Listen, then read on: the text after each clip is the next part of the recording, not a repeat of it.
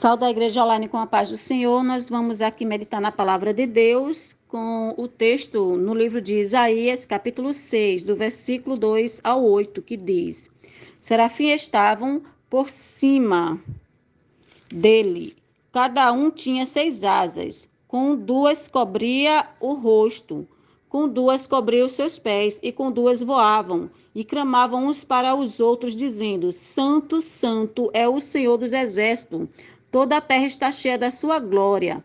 As bases do limiar se moveram, a voz do que clamava, e a casa se encheu de fumaça. Então disse eu: ai de mim, estou perdido, porque sou homem de lábios impuros. Habito no meio de um povo de impuros lábios, e os meus olhos viram o Rei, o Senhor dos Exércitos.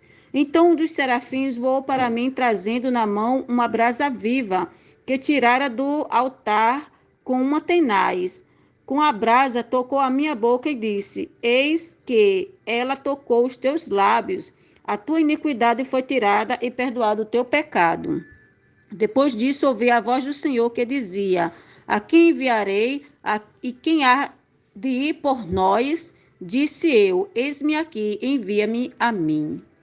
Irmãos, é impressionante essa passagem, essa descrição da sala do trono, porque nós vimos aqui que aqueles serafins, que eram anjos de uma categoria mais superior, né, eles tinham ali 6 asas, e em atitude de reverência, eles cobriam ali, né, o seu rosto, cobriam também ali o seu corpo, né, os seus pés, e com as outras 2 asas eles voavam, e eles estavam ali entoando louvores a Deus, dizendo: Santo, Santo, Santo. O atributo de Deus, sua santidade, é um atributo muito reverenciado. Por quê? Porque Deus, como Criador e Redentor, ele merece todo louvor, toda adoração, toda glória. E os anjos ali diante do trono de Deus, eles reconhecem Deus como o quê? Como o Criador de todas as coisas. E, infelizmente, os seres humanos, né, não têm essa reverência para com Deus, de ver a santidade de Deus. E muitos ainda dizem que não existe uma obra criadora, né? Não existe um Deus criador. Então, nós vimos que os próprios anjos que estão diante de Deus, eles têm essa reverência para com Deus.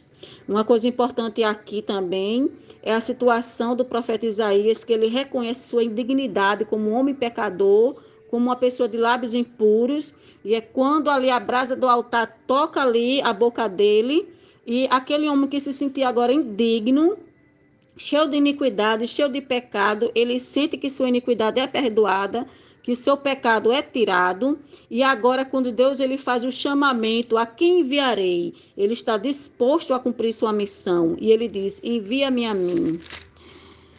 Nas Escrituras, o conceito de santidade é associado a um grupo de palavras intimamente ligadas entre si: santo, santificado, consagrado. Santidade, santificação, consagração, cujo significado básico é a separação ou colocação à parte, em função de alguma qualidade, posição ou função especial. Em certo sentido, a santidade humana é diferente da santidade divina. Só o Senhor é santo. Apocalipse 15, versículo 4. Mas em outros sentidos também é semelhante ao ser humano. Eu sou o Senhor, vosso Deus, portanto, vós sereis santos, porque eu sou santo. Levítico 11, versículo 45. Deus, que é um Deus santo, ele pede também que nós venhamos andar em santidade, que a gente venha ser separado das coisas que corrompem, das coisas que mancham, que trazem iniquidade. A obediência ao mandamento de Deus, para sermos santos, como ele é santo, exige que compreendamos o que a Bíblia diz sobre o que é santidade divina e santidade humana. Quando as Escrituras chamam Deus de santo, a palavra se refere a tudo acerca de Deus, o que o separa de sua criação, o que o torna um objeto de reverência, adoração e temor. Na teologia reformada tradicional, costuma-se falar da santidade de Deus em termos de sua perfeição moral e sua grandeza transcendente. Por um lado, Deus é santo no sentido de que ele é moralmente perfeito, Ele não tem nenhum pecado. Ele é pura luz, ele é bom. Os pecadores que o adoram temem o seu julgamento, pois não são dignos de estar na sua presença. A perfeição moral de Deus é motivo de grande adoração, de louvor e temor no culto prestado a ele. Também nós vemos que os serafins, que eram seres sem pecados, eles servem na sala de trono de Deus e o adoram pela sua santidade. Eles se curvam diante dele humildemente, exclamando: Santo, Santo é o Senhor dos exércitos. Essas escrituras mostram que esses seres, esses anjos, não se humilham diante de Deus por conta da sua perfeição moral, contrastada nitidamente com as delas, porque elas também são puras. Antes, eles se curvam diante de Deus, né, um Deus santo, por causa da sua grandeza transcendente, porque ele é o Deus criador e ele se distingue da sua criação. E isso também o torna santo. Embora seja impossível de qualquer aspecto da criação romper a barreira que nos separa do Criador, das suas criaturas, a santidade de Deus, ela também se estende às pessoas que foram separadas de um mundo de pecado e colocadas o mais próximo possível desse Deus maravilhoso. Nada é santo em si, mas pessoas e coisas se tornam santas por meio da presença de Deus, por meio da sua consagração ao serviço especial a Deus. Por exemplo, Deus declarou santo o lugar ao redor da sarça ardente, pois estava fazendo uso dele. Do mesmo modo, no tabernáculo e no templo, eles foram considerados edifícios sagrados, porque ali estava a presença de Deus. O sábado, ele é santo, porque ele é dedicado a Deus. As cerimônias, os utensílios empregados nas cerimônias sagradas também eram considerados santos. Os levitas e os nazireus eram santos, porque eles eram separados, né, do povo comum para um serviço especial para Deus. Israel é uma nação santa devido à sua relação especial de aliança com o Senhor.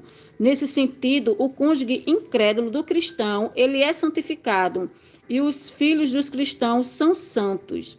São distinguidos do mundo, separados para Deus, mesmo que ainda não tenham aceitado a Cristo.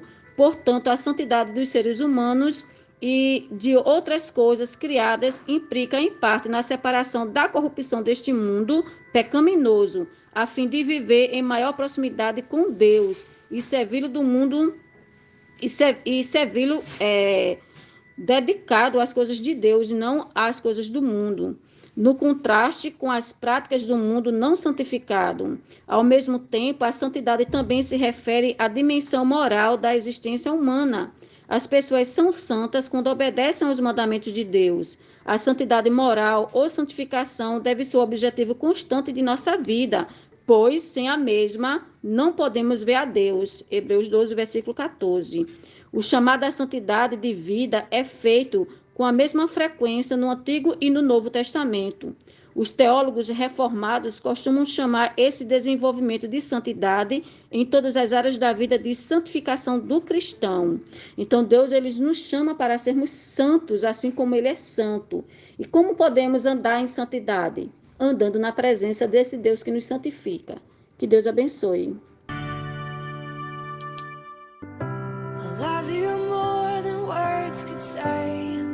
Sleeping, I'm awake.